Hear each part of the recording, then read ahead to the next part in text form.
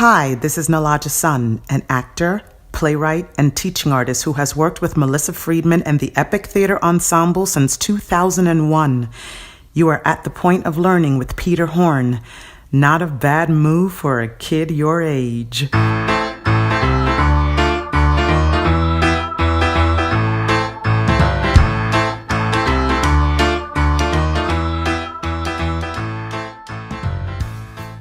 On today's show, Epic Theatre Ensemble, which has kept young people at the heart of what they do for nearly 20 years.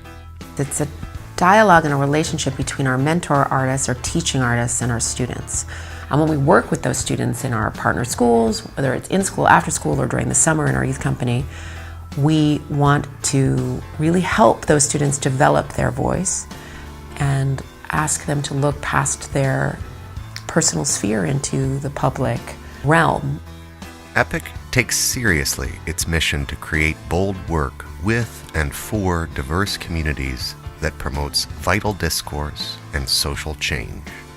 We don't have expectations that students are going to be professional theater makers necessarily. We want them to be leaders, whether it's in the arts or otherwise, and caring citizens that engage in social justice.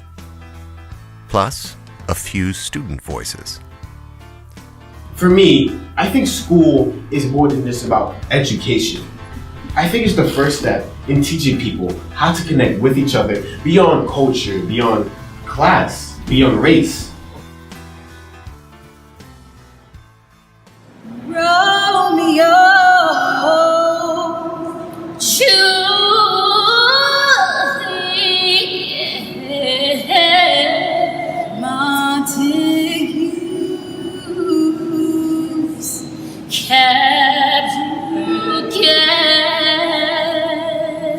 the heart of the city where the gunshots blow. We kill each other, we should help each other grow. In a moment when news headlines are literally incredible, and the inclination of different groups of people to listen to each other with anything approaching respect feels like we're at rock bottom, I draw courage and hope from groups like Epic Theatre Ensemble and people like Melissa Friedman, whom I'm talking with on today's show. Melissa is one of the founders of Epic Theatre Ensemble, which opened for business in the city of New York on September 11th, 2001. Epic was the first arts program working in New York's public schools in the days following, serving kids directly affected by 9/11. In the decades since, Epic has been honored with numerous awards and distinctions for its life-changing work, including from the Obama White House in 2009. Most impressive to me, though, is that Epic has kept students and students' own ideas, stories, and questions at the center of its work for all that time. I'm Epic because I like to use theater to start a conversation. I am Epic because I use theater to help tell my story. I am Epic because I believe in dreams. I am Epic because I create and collaborate. I first met Melissa and her colleagues at Epic Theatre 15 years ago, during the winter of 2004. I was working Project 79, the alternative education program at Westfield High School in New Jersey, that was the subject of last February's show, episode 10. At that time, Project 79 was looking for an intensive interdisciplinary arts experience that would allow our students to showcase their ideas about the world in new ways. Epic reached out to us because one of its founders knew about Project 79, having graduated from Westfield High School in the late 1980s. That co-founder was Melissa Friedman. Epic Theatre and Project 79 collaborated for 3 years on 3 productions that had our kids writing original scenes and monologues, questioning and debating ideas, and proudly performing their work before wildly appreciative and sometimes even stunned audiences. I know firsthand how Epic can challenge kids to think deeply about and then act upon their identity as citizens, not mere consumers, which is, in my view, one of the most important things we can do with and for young people. We'll get into some of what Epic is up to these days in just a moment, but first, let's meet Melissa Friedman, who is as riveting on stage as an actor as she is in the classroom as a teaching artist. Melissa has co-starred in off-Broadway productions with the likes of David Strathairn, Asif Manvi and Kathleen Chalfant, as well as performing in numerous shows outside New York, from Pennsylvania and Tennessee to California. A graduate of Oberlin College and the Old Globe University of San Diego, Melissa has studied with such theater luminaries as Cicely Berry and Richard Sear.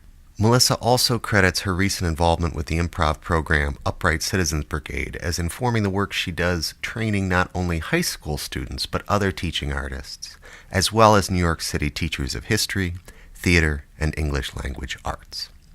This is a show that, among other things, seeks to honor the vocation of teaching. Mm-hmm. And so I like to ask guests, whatever it is that the guests do, I like to ask them about a teacher who had a strong impact on you.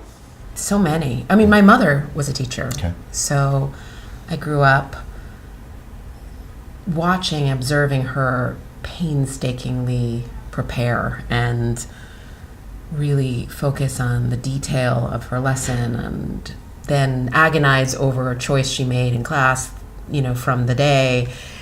So I felt like I grew up around teaching. So certainly my mother. I would say Paula Roy was a huge impact on me in high school. Star of episode 3.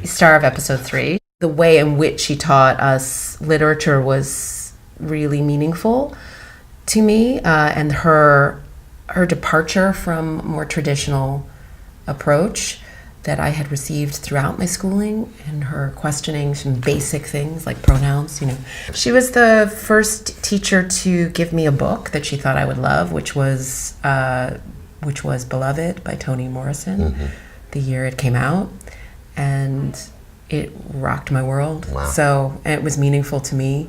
She also talked about feminism openly in class in the 1980s. So it was really exciting. And then I've had a lot of wonderful mentors and teachers along the way, including the head of my acting program, Rick Sear, who was very much a very kind, generous, thoughtful teacher who brought a lot of love and passion for the work in the room.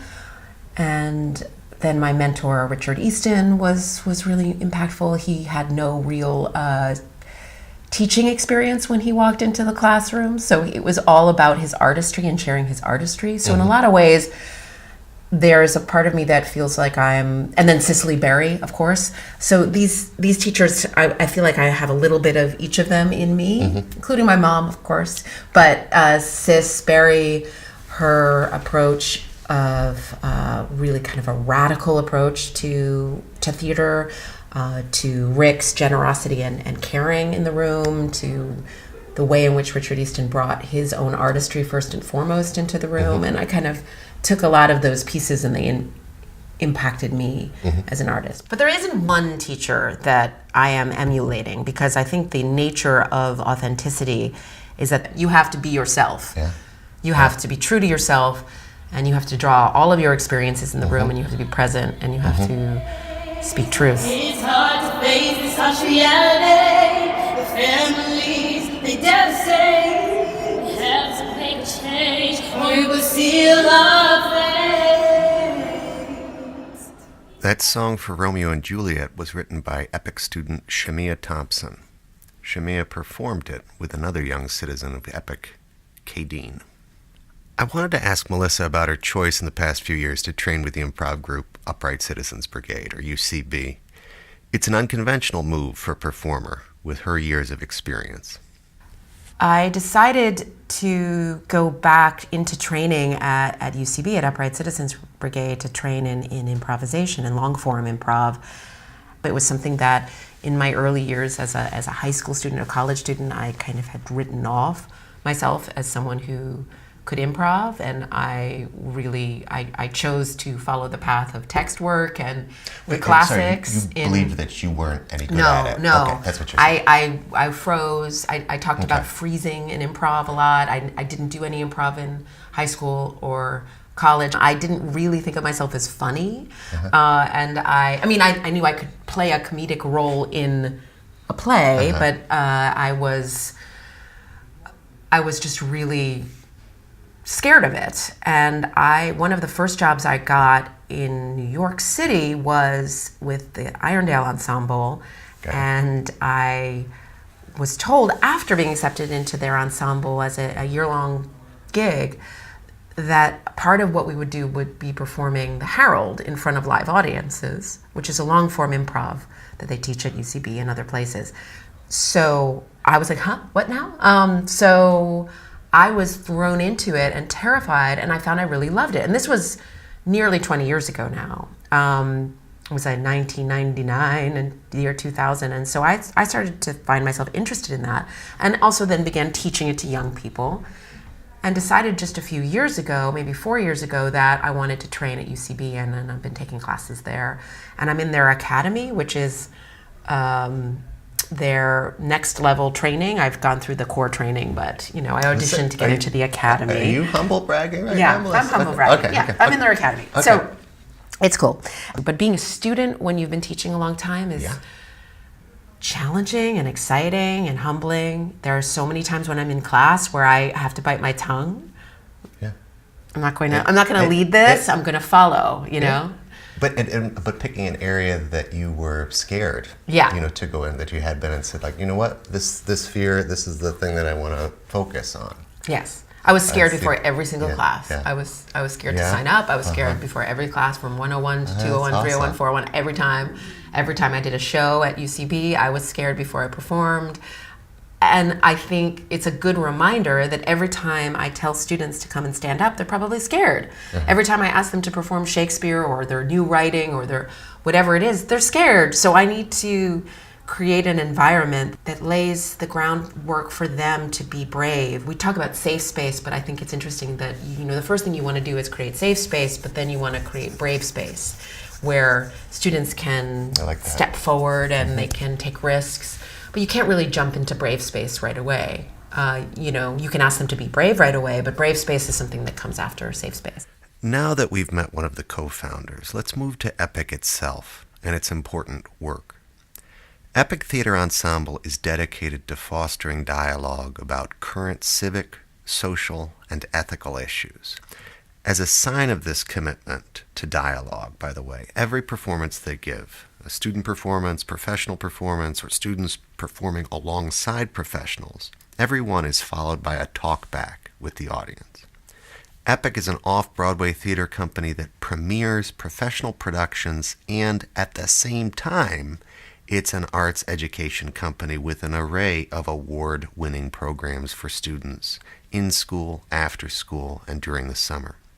It's a collaborative of teaching artists and students who believe that participation in theater is essential to a healthy democracy, and that this kind of engaging theater experience should be a hallmark of U.S. education for all students. I think the thing about EPIC is it's a dialogue and a relationship between our mentor artists, our teaching artists, and our students. The work that we make as professional artists is really, we consider the student audiences first and foremost, but those very same artists are going in and working in the classroom and after school in our youth company. And when we work with those students in our partner schools, whether it's in school, after school, or during the summer in our youth company, we want to really help those students develop their voice and ask them to look past their personal sphere into the public realm. And so what that looks like is, when we first meet our students in our public schools, is we ask them to look at a play like Antigone. Yes. And they see our professional artists perform it first, and then they engage with the play, and they question the connection between Antigone and today. They look at, in some cases, they look at news articles. In the project I'm actually working on right now with some ninth graders, the entire ninth grade class at our partner school in Harlem. And each class chose a different current event that they connected. One of the classes chose the woman who climbed the Statue of Liberty on the 4th of July in protest for the separation of families. And she was acquitted, was she? She was, but in their version, it was a little bit more dramatic. So they took some creative liberties. And then another one took the story of the woman in Baton Rouge who was protesting the shooting of Alton Sterling. And Aisha Evans is her name, and that wonderful viral picture, the picture that went viral, I should say, of her standing in that sundress against the police. And one class is taking inspiration from her and taking some creative liberties on that. And each class has its own vision of who is Antigone today. So when they write, as a class, they divide up the responsibility, 2 of them per scene, and in a 10-scene, say, storyboard, and they each write a different part of the story that places Antigone in the world we see today. So they engage with contemporary and social questions, but they need to think about these characters in an empathetic way and in a way that includes context, but also references this classic story from 2,400 years ago.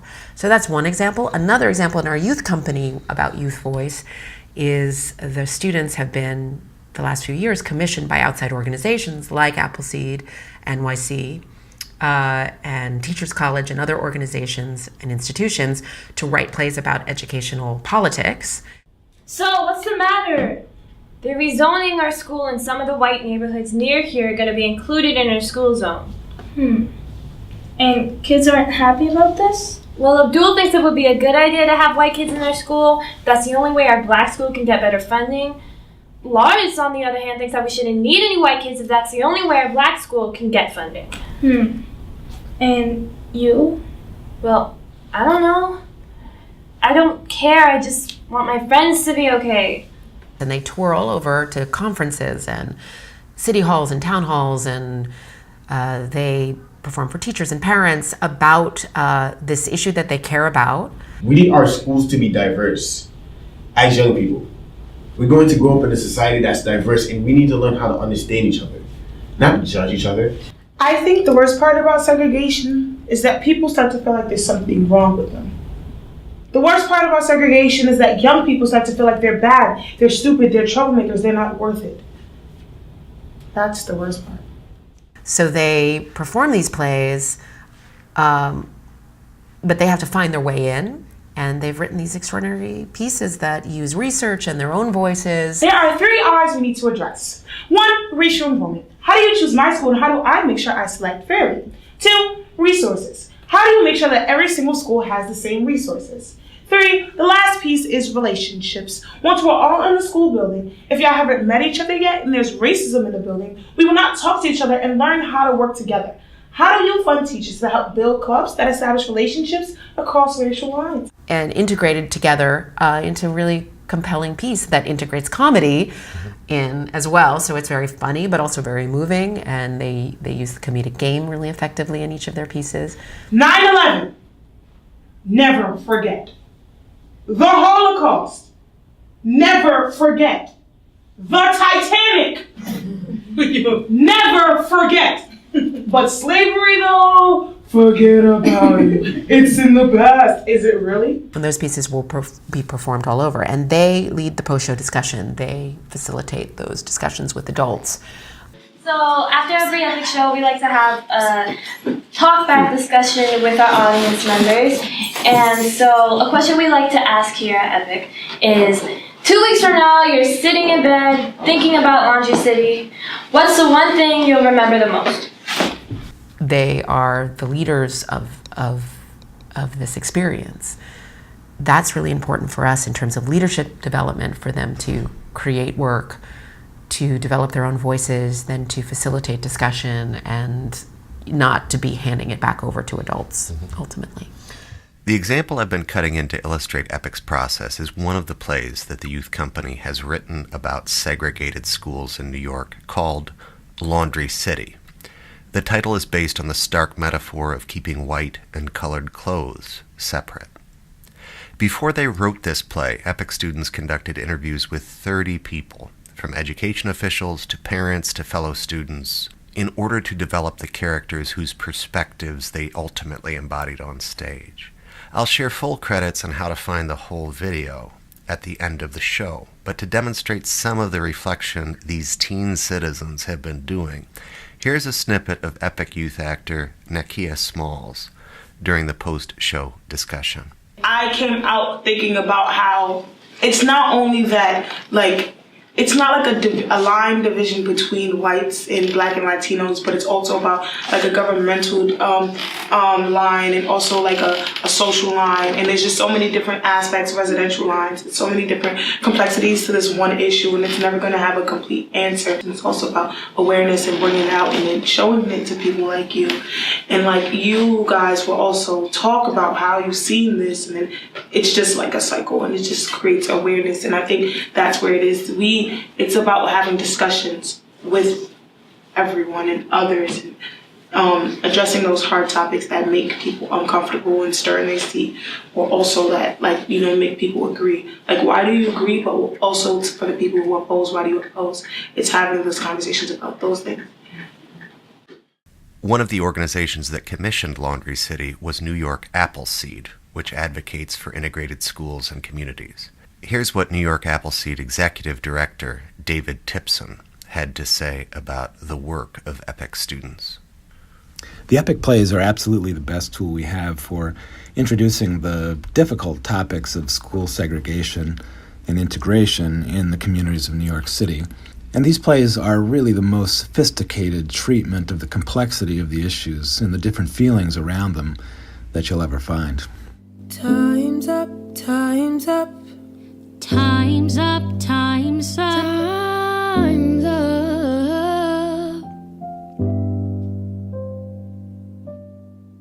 Back to Melissa Friedman.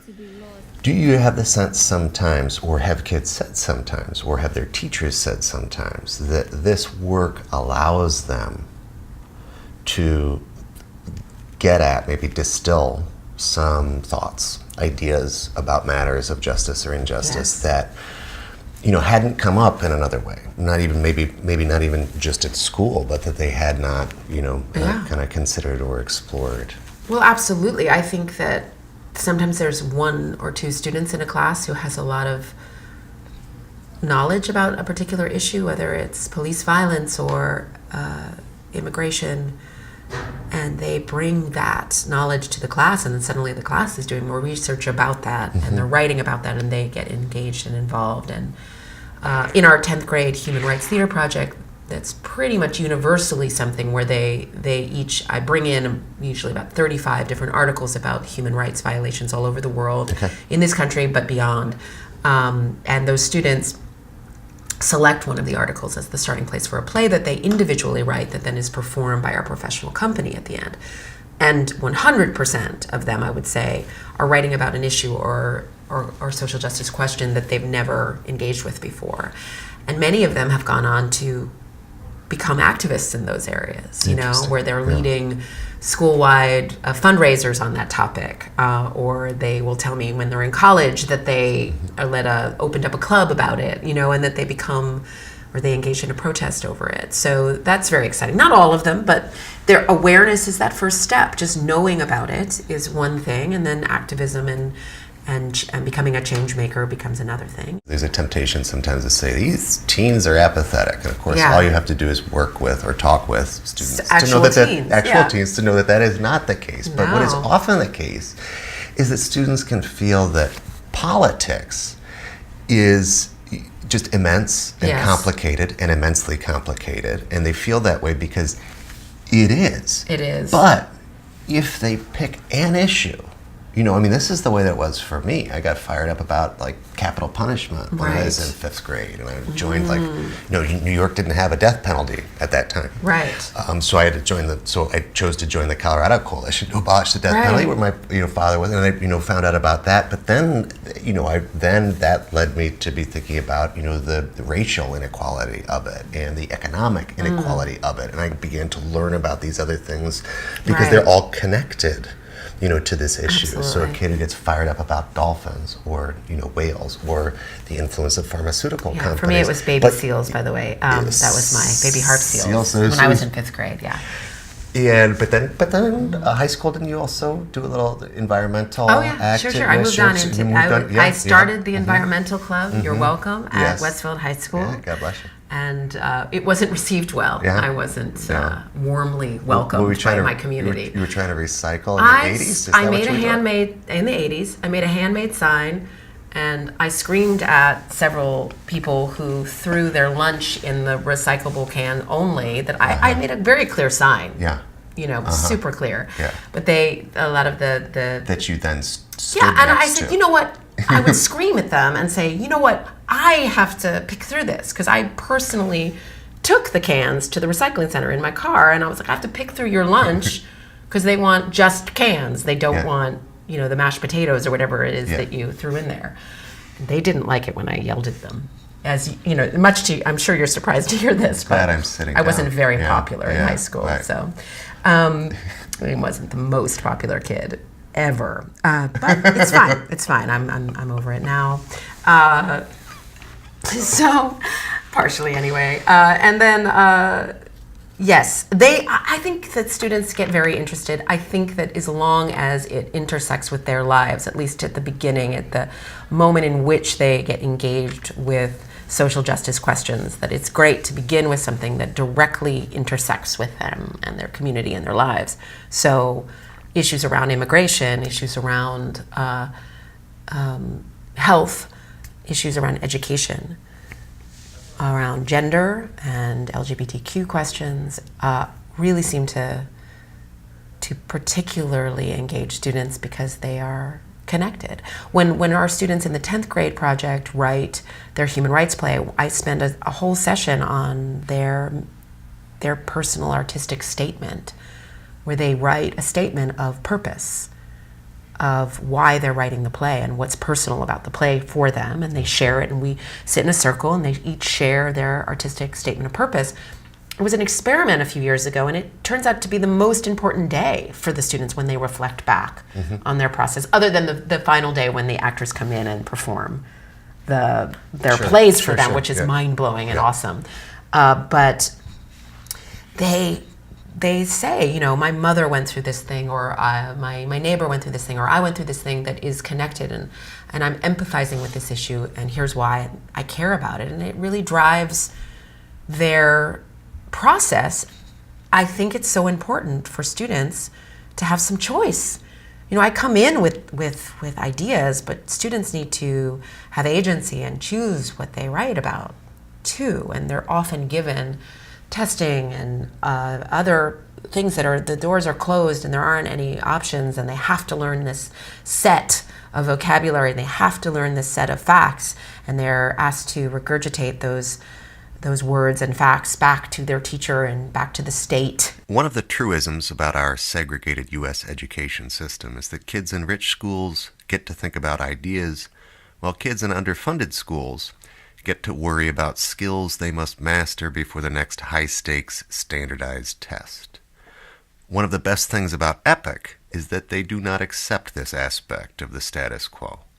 Indeed, they challenge it every day. We don't have expectations that students are going to be professional theater makers necessarily. We want them to be leaders, whether it's in the arts or otherwise, and caring citizens that engage in social justice. That's what we hope for with our Epic Next Youth Company, and part of how they prepare to do that is through these touring educational pieces that are making actual impact on stakeholders and decision makers who are listening to our young people about these critical questions and then making decisions about what they're going to do.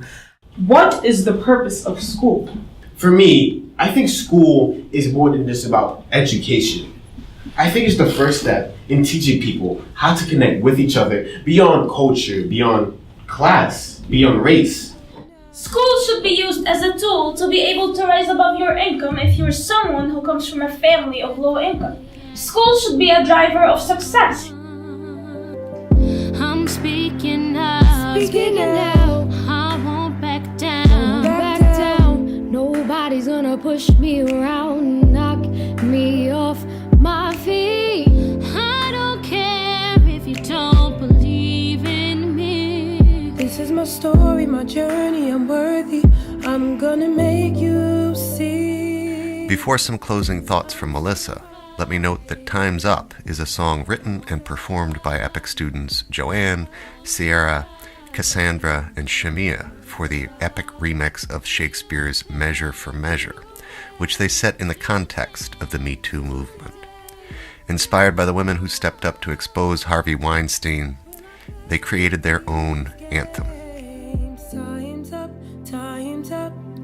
Time's up, time's up, time's up. This idea of education and arts education being something that's siloed and separate and departmental is something that we've challenged, and I wish I saw more of it out in the world. That theater companies and schools have these drama departments that are separate. And what's interesting to me is the integration of theater into the fabric of an organization, or the integration of education into the fabric of a theater. So young people are at the heart of what we do, but we're a professional theater company. We make professional theater. These are not unreconcilable. It's a holistic approach. And it's so common for professional theater companies to talk about their professional work and their education work in a separate breath. Now, they have their students come see their work, yes, but in terms of like who is on staff and who is making the work, they're separated. And for us, it's all one, that the artists who work on our professional stages are in the classroom, are our mentors. And I think that's been really meaningful and important, and for students to want to go see theater. And we have a lot of students who go and see theater. We are helpful in diversifying the audience of the American theater. In order for that to happen, they have to be at the center of an organization. They can't be on the margins, because the students we work with spend a lot of time in the margins. So let's not place them in the margins of a theatrical organization. I spent a lot of years as a teaching artist in organizations that did that are wonderful organizations in terms of their theater making practice, but I would love to see much more integration and holistic approach overall. My guess is that you might be interested in checking out an epic performance or two yourself. Well, if you're in the greater New York City area or planning a trip in the coming weeks, here are a few coming attractions. In terms of what we have coming up, that people can engage with and see, as we have their Youth Theater Festival, which is going to be running March 5th through 23rd at the Acorn Theater at Theater Row, and we have 3 events at that over the course of 3 weeks. You can see the educational touring pieces, Nothing About Us or Overdrive, which are both incredible, extraordinary pieces of work written and devised and performed by our youth company.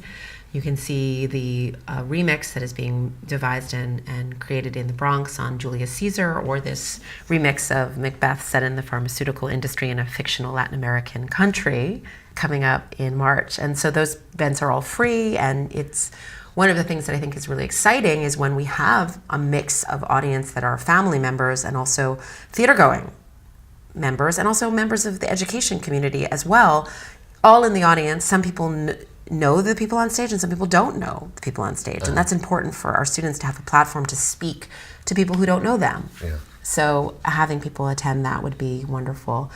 Yeah. And they can find information about all from the Epic website, yes, and our social media, which will be linked on the show page. We have the Instagram and all of the things. We'll put the Insta. And the Facebook and the Twitter. Yeah. That's it for today's show. If you've missed March 2019 by the time you're hearing this, just check out the Epic Theatre Ensemble website linked on this episode's show page for upcoming Epic attractions. Thanks so much to Melissa Friedman for taking the time to talk, and to all the talented visionary folk at Epic for the amazing work they do. The play Laundry City was written by Olivia Dunbar, Vikendi Randy Figueroa, Jeremiah Green Jr., Melissa Hierro, and Davion Osborne. The performance we heard featured Olivia Dunbar, Jeremiah Green Jr., Salma Hassan, Davion Osborne, and Nikia Smalls. For more about the ancient relationship between drama and democracy, check out my conversation with Oscar Eustace, episode 11. Thanks as always to Schaefer James for theme music, and thanks to you for listening and recommending Point of Learning to anyone you know curious about what and how and why we learn. Next stop, Cuba. And at your school we did because you were in Jersey, so we couldn't come every day, right? You know, you're literally pointing. I'm pointing at me. Take the video. Yeah. Sorry, Jersey brings out the pointy in me. I don't know what that means. Cut it. Edit it out. It's in Send post. the New Yorker. Yeah. Cut.